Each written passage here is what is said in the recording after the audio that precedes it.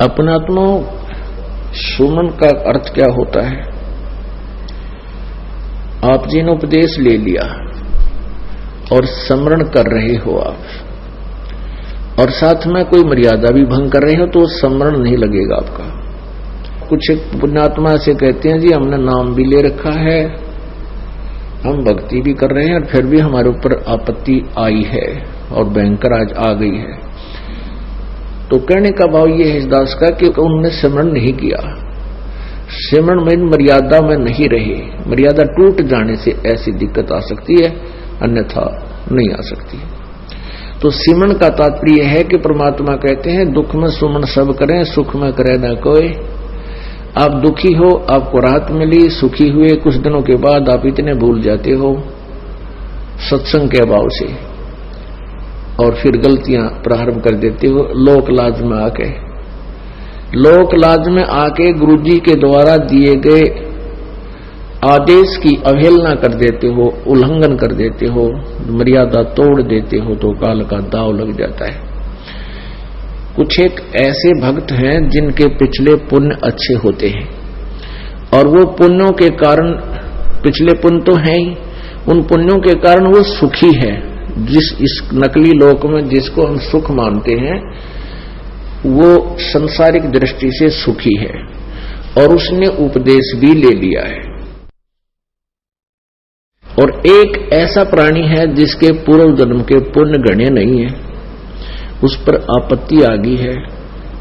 परमात्मा कबीर जी की शरण में यहां आ गया है, आने से उसने नाम लेने से लाभ शुरू हो गया है।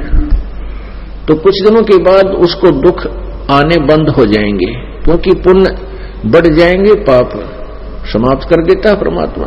तो फिर वो कुछ दिनों में उस दूसरे भक्त को देखा देखी कि दूसरा भक्त है, वो भी नाम लिए हुए है, और वो भी मर्यादा तोड़ देता है, जो गुरुजी ने आदेश दे रखा है उसका उल्लंघन कर देता है, और देखता है कि उस पर कोई आपत्ति अभी आ नहीं रही। उसको देखकर वो स्वयं भी विचलित होकर के कोई मर्यादा भंग कर देता है। तो ऐसे फिर आपत्तियां फिर प्रारंभ हो जाती है। जिस व्यक्ति ने उपदेश भी ले रखा है और नाम भी खंडित कर दिया, तो उस पर अब मंत्र उसका है नहीं उसके पास, इस नाम की कमाई बिल्कुल नहीं है। जिसने बीड़ी पी ली, शराब पी ली, मांस खा लिया, या कोई आन उपासना कर ली, या लोक लाज में आके परमात्मा वाले नियम से वो वंचित हो गया, तो उसकी भक्ति नहीं चल रही, उसके पिछले पुण्य चल रहे हैं। और वो सत्संग भी आ जाता है, नहीं भी आता है, बीड़ी भी पीता है, एक आदमी में गुट्टी भी ला लेता है, और वो फिर भी कहता मैं संत रामपाल का शिष्य हूं। वो कह रहा है पर वो दास का शिष्य नहीं है।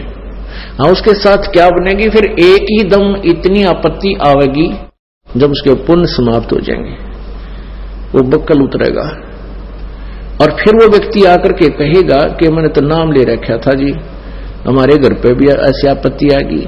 तो वो ऐसा पापात्मा होगा कि आसपास के क्षेत्र के 10-5 कोई भक्त सारे हो नाम लेने के लिए श्रद्धालु, तो उनके लिए भी वो एक रोड़ा बन जाएगा। यूं कहेंगे देखो उनका नाम ले रखा था, आज उनका इतनी आपत्ति आ गई। तो उसके पास नाम नहीं था भगवान वाला, परमात्मा का प्रोटेक्शन नहीं था। जब लग हंसा हमरी आना, और काल लगे नहीं तेरा बाणा। जब तक हम परमात्मा की मर्यादा में रहेंगे, आन माने मर्यादा, तब तक काल का अटैक हमारे पर नहीं होगा। तो इस प्रकार हमने परमात्मा की भक्ति के साथ साथ